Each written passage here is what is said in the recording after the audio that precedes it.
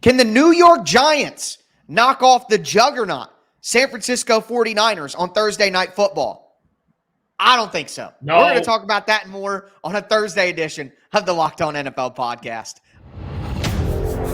You are Locked On NFL, your daily NFL podcast. Part of the Locked On Podcast Network, your team every day.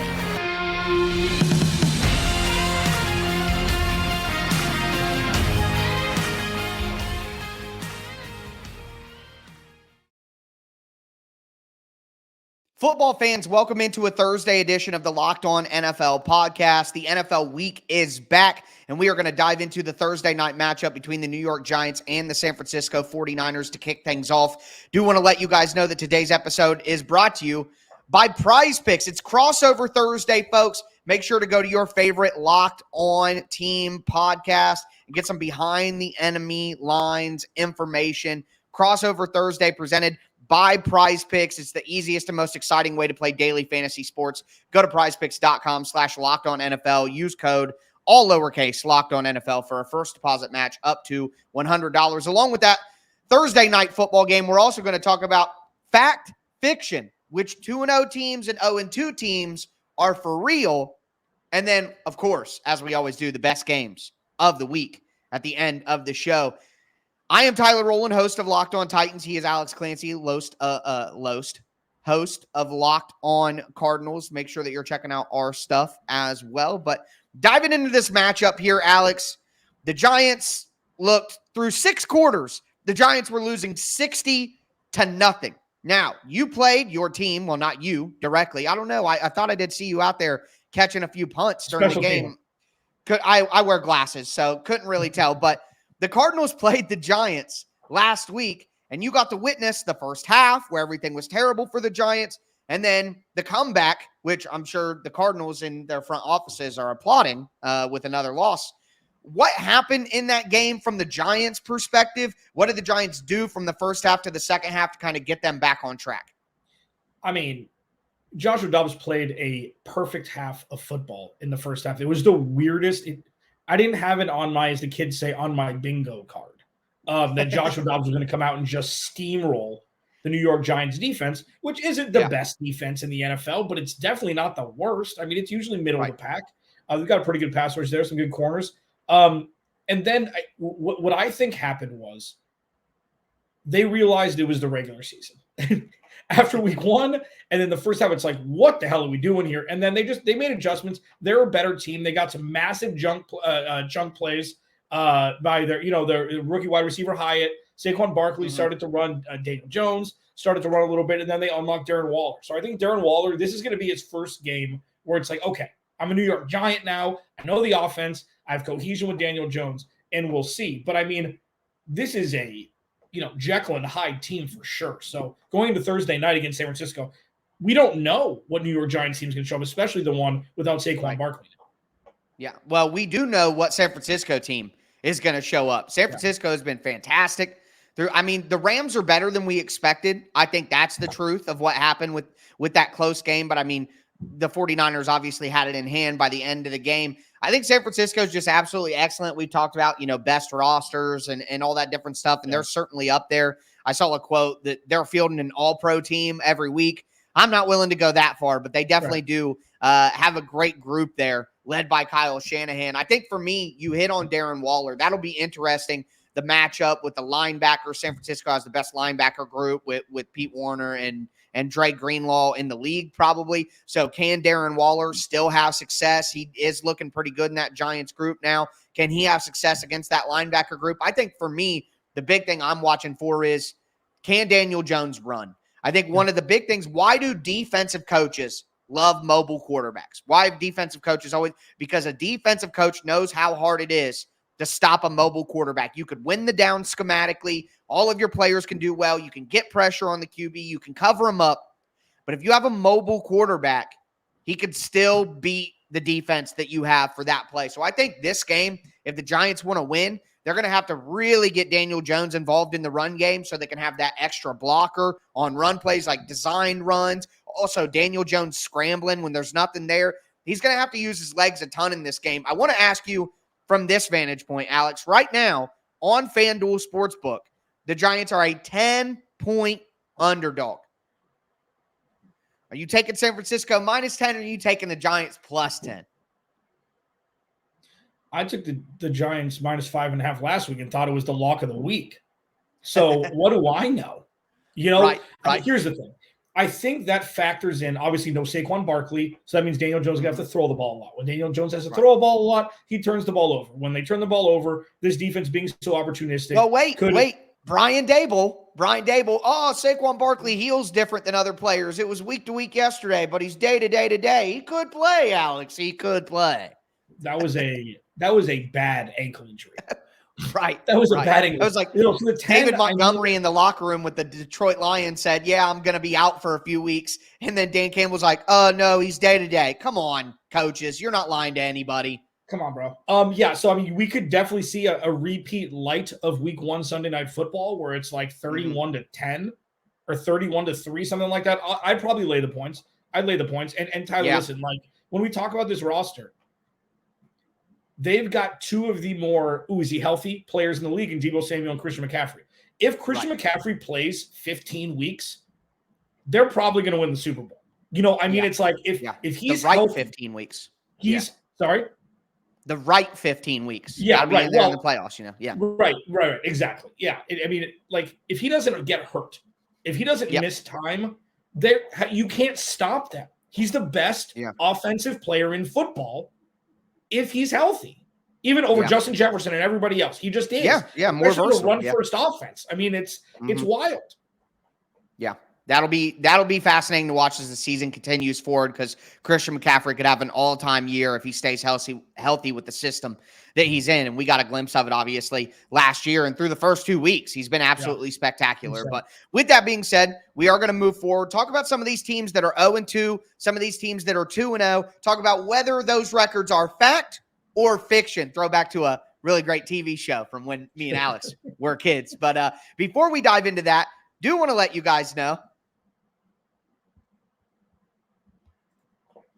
that today's episode is brought to you by PrizePicks. Look, guys, PrizePicks is daily fantasy sports made easy. It's this simple. They have projections for different players. Patrick Mahomes, 2 passing touchdowns. Travis Kelce, 50 receiving yards. Justin Jefferson, 100 receiving yards. Lamar Jackson, 1 passing touchdown. You get it? And all you do is you pick 2 to 6 players, and you say whether that player is going to do more or less. That's all you got to do. And you can win up to 25 times your money this football season. It's so easy that you can have your entry submitted in 60 seconds or less. And my favorite thing about PrizePicks is it's not like other daily fantasy where you're playing against a bunch of sharks, a bunch of pros, 1,000 bots with different lineups. No, it's just you against the PrizePicks projections. Go to prizepicks.com/LockedOnNFL. Use the code LockedOnNFL for a first deposit match up to $100. That's prizepicks.com/LockedOnNFL. Use that code LockedOnNFL for a first deposit match up to $100. PrizePicks, it's daily fantasy sports made easy.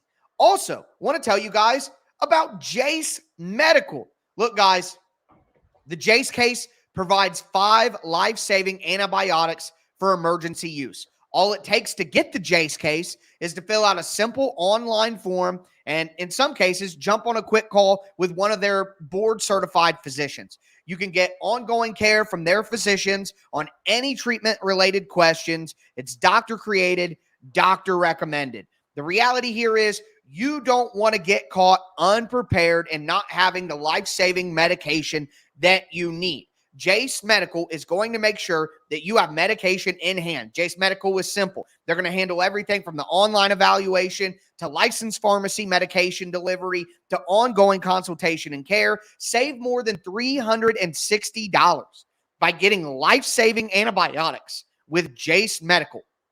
Plus, you get an additional $20 off by using the code LOCKEDON at checkout at jasemedical.com. That's JASE medical.com. Promo code LOCKED ON. All right, Alex, let's continue a Thursday edition of the Locked On NFL podcast. We just talked about that Thursday night matchup between the Giants and the 49ers. I think both of us like the Giants getting 10 points. I think the 49ers win the game, but man, that's a lot of points, and I don't think the Giants are quite as bad as maybe they've looked in the first 2 weeks. But either way, that was the first conversation. Now I want to move forward, play a little game of fact or fiction. Looking at teams that are 2-0 and teams that are 0-2 and deciding if that's who those teams really are. So we're going to talk about that at the end of the show. We are going to break down the best games of week 3, me and Alex's favorite segment of the week. But Alex, let's start with the 0-2 teams. We'll just go through them quickly. Fact or fiction? The New England Patriots, 0-2. Is that fact or fiction? Oof. That's a tough one to start with. They're Tyler Rowland of Locked On Titans. Hey, I'll start it off if you want. No, I think it's – listen, I know you're jumping at the bit to say it's fact, and I think it's fact also because I know you want to – Yes. You're a Bailey Zappi guy. You don't think Mac Jones is the guy. I'm stealing everything you're saying. Jones. I know exactly what it is. No, the thing is, like, if this were Tom Brady, this roster could work. Mm-hmm. This isn't like they're trying to run things like Tom Brady's still the quarterback. Mm-hmm. And it doesn't make sense to me. The running backs, good. If you don't have a passing game, it doesn't matter. Bringing Ezekiel Elliott in to do this is a waste of Ezekiel Elliott's year. He could have gone somewhere else and made much more of an impact. Like Ramondre Stevenson, he's just wasting away there with this offense that's stagnant, that doesn't have an identity because the quarterback's not very good. Doesn't seem like anybody really believes in anybody else. And they're just piecemealing their wide receiver room together. Yeah, 100%. I'm with you. I agree with your analysis. They're trying to have a pedestrian group of skill position players that Tom Brady would have elevated. The problem is Mac Jones is a pedestrian quarterback that needs elevated by his skill position players and offensive line.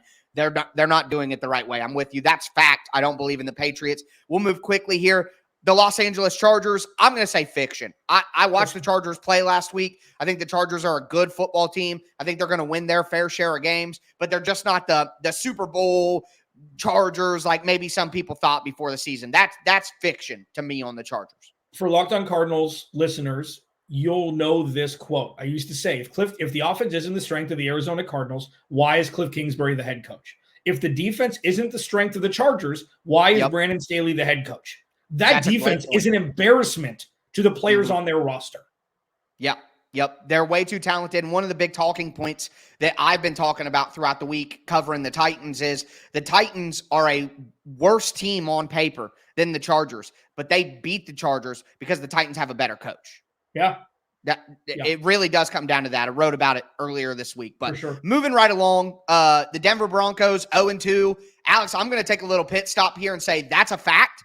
And in the offseason, me and you together did our episode, and we were both very critical of Sean Payton and had a lack of belief in the Denver Broncos and the excitement that they had for getting Payton and paying him all that money. I don't think the Broncos are a good football team. I don't think that Sean Payton is some incredible coach. That was more than a decade ago that he's done anything. 15 years at this point, closer to 15 years than 10 years.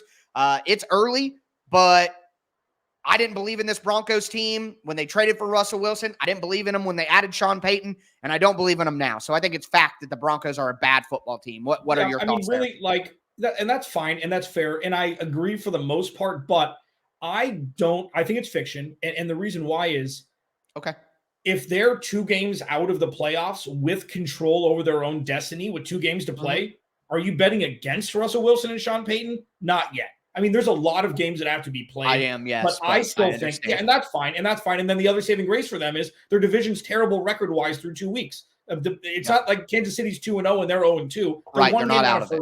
It's way too early to tell. I will say fiction. That's fair. I think the next 2 0-2 teams that we're going to talk about here in the AFC, we can go really fast through them. Bengals 0-2. Fiction. Yep. Fiction. Yeah. Texans 0-2. Fact. Cool. Fact. Yep. Absolutely. So we'll go to the NFC and we'll go quickly here through these 0-2. Cardinals. Fact. Yep. Fact. Vikings and Bears. I think Bears is a fact and Viking is fiction. I think the Vikings are better than they looked.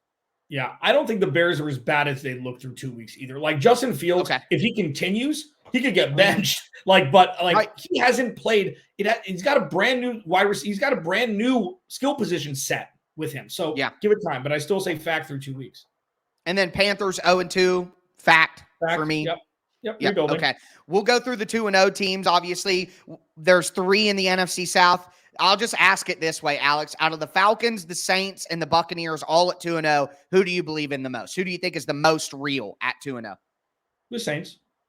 The Saints. I agree with you, too. The Falcons are knocking on that door, though, man. But I believe that defense far more than good. Desmond Ridder. Yeah. The pieces they added were good. 49ers, 2-0, fact. Yep. Okay, let's do this again in the NFC East. Cowboys, Eagles, Commanders, all 2-0. Which one do you believe in the most?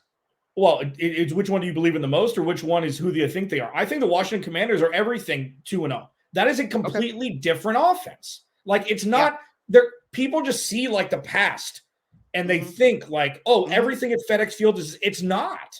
Sam Howell looks good. They put up a 38 burger. Okay, Eric Bieniemy is getting the most out of Brian Robinson, who was one of the best running backs in college 2 years ago. Yeah, he just got buried by a bad offense. The wide receiver group is good. The tight end is good. The defense is good. I think all 3 are fact. Yep. You know what? I'm with you. I agree. I think the Cowboys and the Eagles are both very good football teams. And I think Washington may not be, as good as the Eagles or the Cowboys at the end of the day, but I think Washington is a good team. We'll move over to the AFC here. Dolphins 2-0. That's a fact for me. Yep. Tua's just playing absolutely incredible football. Their design is great. They have talent. If they could get healthy on defense, I think they're going to be a force to reckon with. And the only other 2-0 team in the AFC, it's crazy. We all pump up the AFC, coming into the year, the AFC is way better, but the NFC's records are better. They have more 2-0 teams and all that. But the Ravens are 2-0. That's the last AFC team that's 2-0. I'm going to go with fact, especially with how bad the Steelers look, the injury to Nick Chubb, Joe Burrow being banged up. I think the Ravens do hold on to that division, but that was my pick before the year as well. Yeah, and I think that's fine. I mean, the defense is playing out of their shoes. I mean, that defense is not as good as their defense has been through 2 weeks, but if that's the ceiling, I mean, the ceiling could be the roof there, Tyler. The ceiling is the roof. Excellent. Excellent. So, okay, next segment is our favorite. It is our baby. It is our best games of the week. As we roll on here, Tyler Rowland, Locked On Titans, Alex Nancy, Locked On Cardinals, on this Locked On NFL Thursday. This episode of Locked On NFL Thursday is brought to you by Bird Dogs. All right.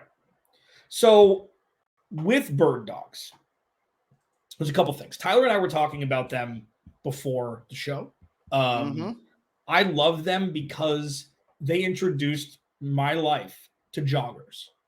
And joggers are something that I didn't know the comfortability level even existed. But that's just where it starts. They've got these stretch khaki shorts that are designed to fit slimmer through the thigh and leg, giving you a truly sculpted look. They do the exact same thing Lululemon does, but they fit way better.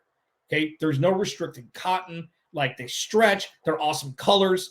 They use this anti-stink sweat wicking fabric that keeps you cool and dry all day long, especially in Arizona. Still 100 damn degrees. They're functional for any occasion. Okay, but check with your significant other. If you're going to a wedding, maybe just ask. Go to birddogs.com/LockedOnNFL or enter promo code LockedOnNFL at checkout for a free Bird Dogs water bottle with your order. That's birddogs.com/LockedOnNFL for a free water bottle at checkout. You won't want to take these Bird Dogs off. We promise you that.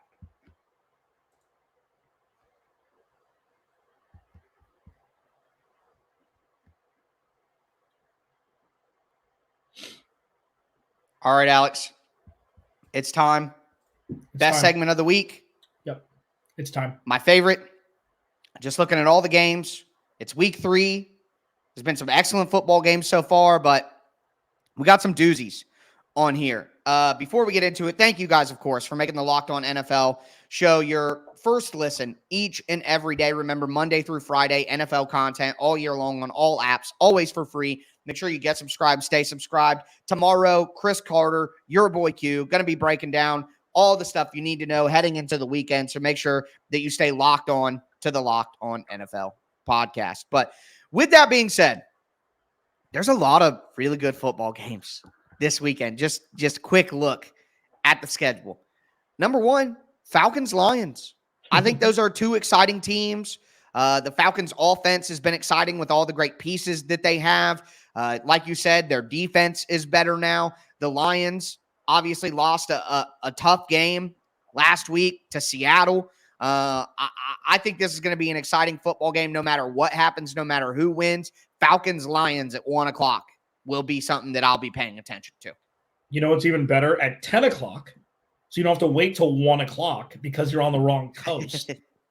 I think there could be 98 points scored in this game, is the Vikings and Chargers. This is this is just eye candy for football fans.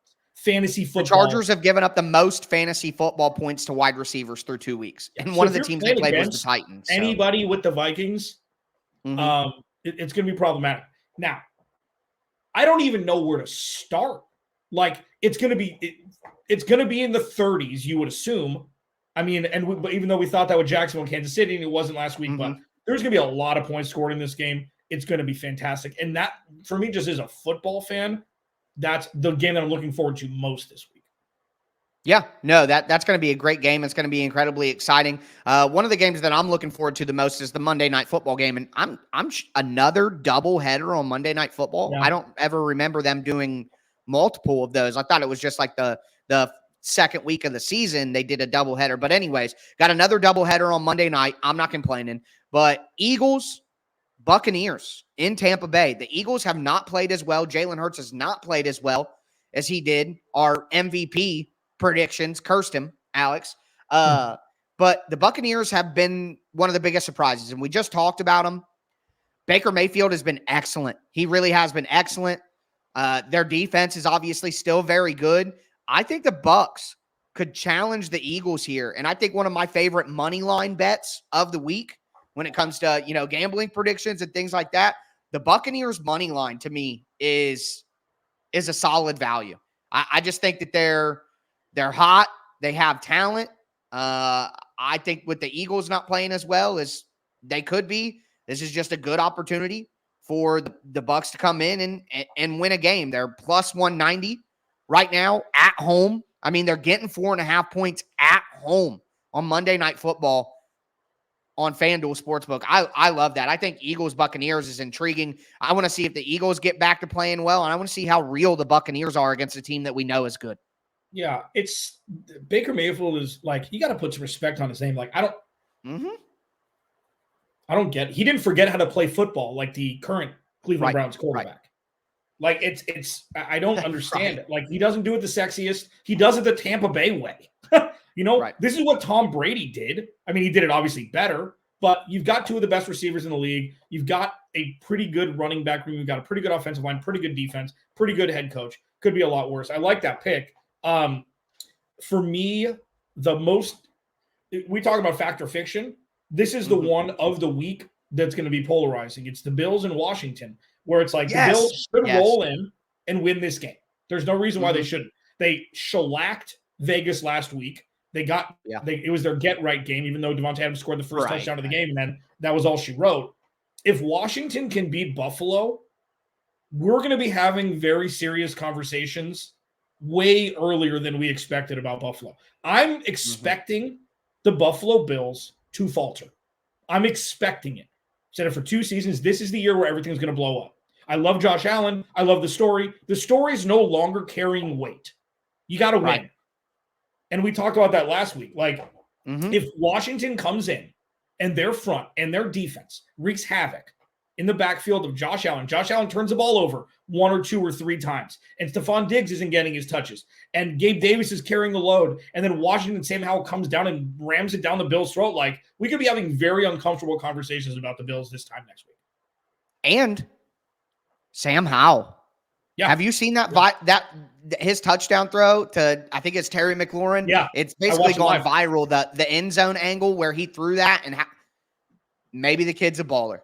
Yeah. And I think if he goes out there and he beats Buffalo, it might be that moment where people are like, dang, Sam Howell's pretty good. People forget him because of Michael Carter and Javonte Williams. They had the stacked running back room in college. So he wasn't an afterthought because they were ranked, but still, Right. The dude can huck it. Yep. You are right, and we're going to find out this week. And I do just want to mention one last game to make sure that I mention it before we go. Saints-Packers. I think that'll just be a tough, fun, good football game between two teams who I think are pretty solid. You know what I mean?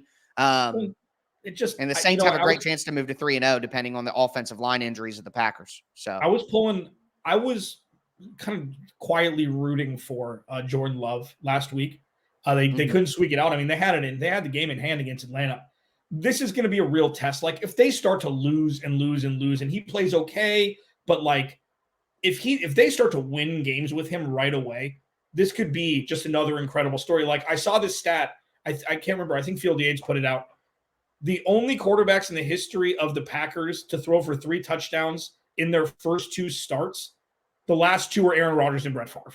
It's like, it's just, we're living in a simulation. He's just the next one. Aaron Rodgers wasn't the biggest star in college for football, you know? And Brett Favre definitely wasn't. Again, it would be incredible, because I want that for Jordan Love. He deserves it. Yeah, it makes me personally think back to a young 9-year-old Tyler who was raised in a Packers household with a Packers blanket and Packers logos all over his house, and was taking to Packers games, and then just decided going to like the Tennessee Titans instead. It makes me think back to that moment and the decisions I've made to get here. But before we go down a real dark abyss, that's going to do it for a Thursday edition of the Locked On NFL podcast. Again, tomorrow, Chris Carter, your boy Q. Make sure that you guys tune in for that. But that is going to do it for me. That is going to do it for Alex. As I always say, start your weekend Thursday, folks, and stay safe out there.